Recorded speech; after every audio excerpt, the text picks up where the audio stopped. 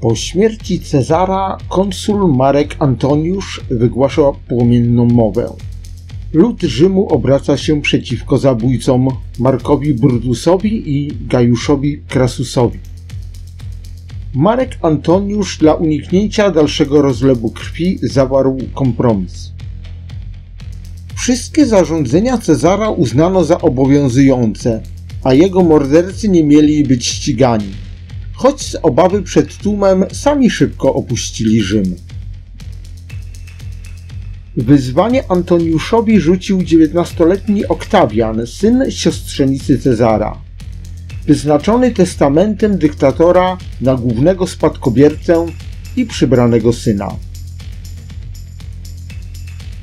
Przyjąwszy dziedzictwo po Cezarze, Oktawian zyskał dużą popularność wśród ludu oraz weteranów walczących przez lata dla jego przybranego ojca. Młody Oktawian znalazł poparcie wśród senatorów widzących w dziedzicu dyktatora narzędzie do walki z Antoniuszem. Cyceron aktywnie wspiera Oktawiana, głosi mowy krytykujące Antoniusza. Ostatecznie doszło do bitwy pod Muciną, po której przegrany Antoniusz musiał wycofać się do Galii.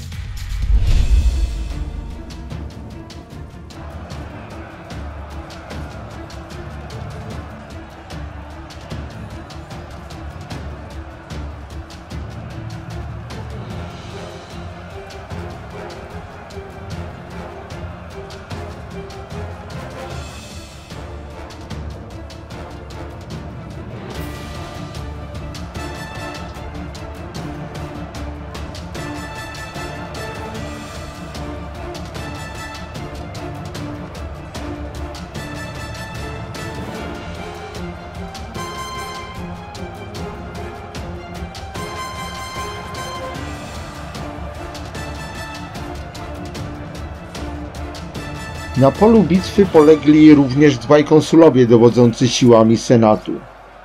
Oktawian po śmierci konsulów przejął ich wojska i zażądał konsulatu.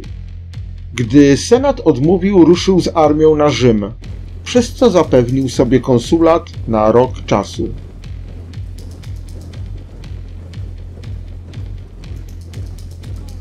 W międzyczasie przywódcy spisku na życie Juliusza Cezara, Brutus oraz Cassiusz do wiosny 43 roku przed naszą erą zdobyli kontrolę nad Macedonią, Azją Mniejszą i Syrią. Wobec tej groźby doszło do porozumienia 27 listopada 43 roku przed naszą erą w Brundisium. Zgromadzenie ogłosiło Antoniusza, Oktawiana i Lepidusa triumvirami z nieograniczoną władzą na 5 lat. Triumvirowie dzielą między siebie imperium.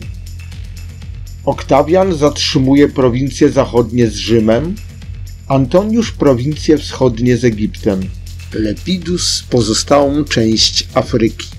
Rozpoczynają się czystki polityczne, między innymi z rozkazu Antoniusza życie traci Cyceron. Oktawian i Marek Antoniusz płyną do Grecji.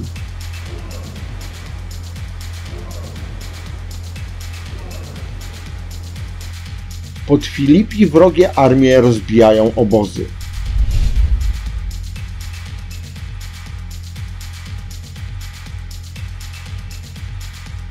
Każdego dnia obie strony ustawiały w szyku swoje wojska, starając się tym samym zagrozić przeciwnikowi.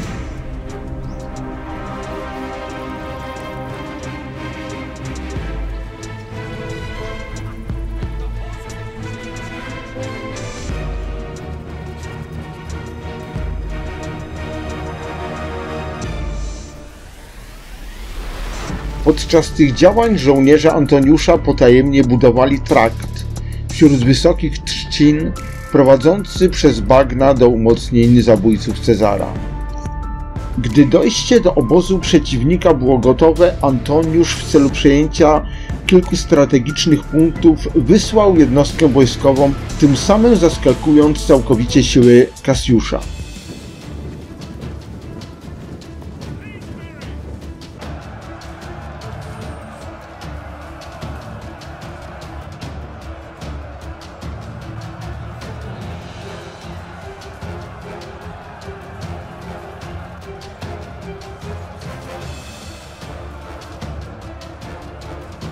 Antoniusz zdecydował się na kolejny szybki atak przeciw nieprzyjacielskim wojskom. Jednak zbyt duża akumulacja wojska spowodowała odsłonięcie lewego skrzydła, co wykorzystał nieszczęśliwie dla triumvirów Brutus. Uderzył z impetem, przerywając linię wroga, dotarwszy aż do samego obozu triumvirów.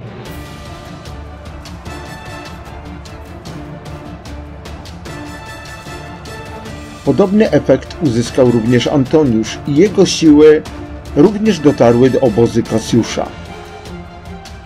Ten w popłochu musiał opuścić swoją pozycję, następnie z niewiadomych do końca powodów popełnił samobójstwo.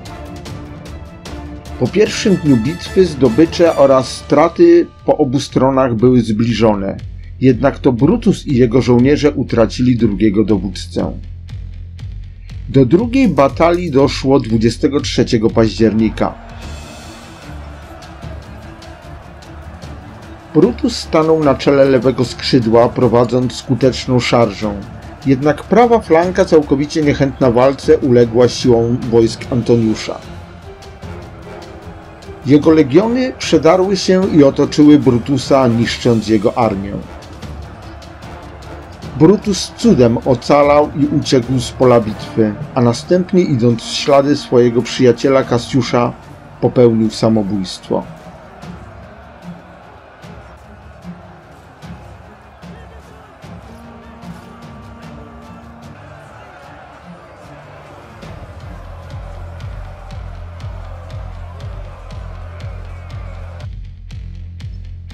Koniec bitwy oznaczał koniec Republiki. Brutus i Cassiusz stanowili ostatnie osoby, które były w stanie wystawić armię przeciwko triumvirom.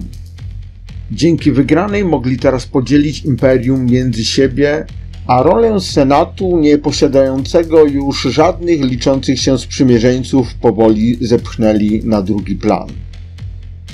Od początku wiadomo również było, że drugi triumvirat nie może trwać wiecznie.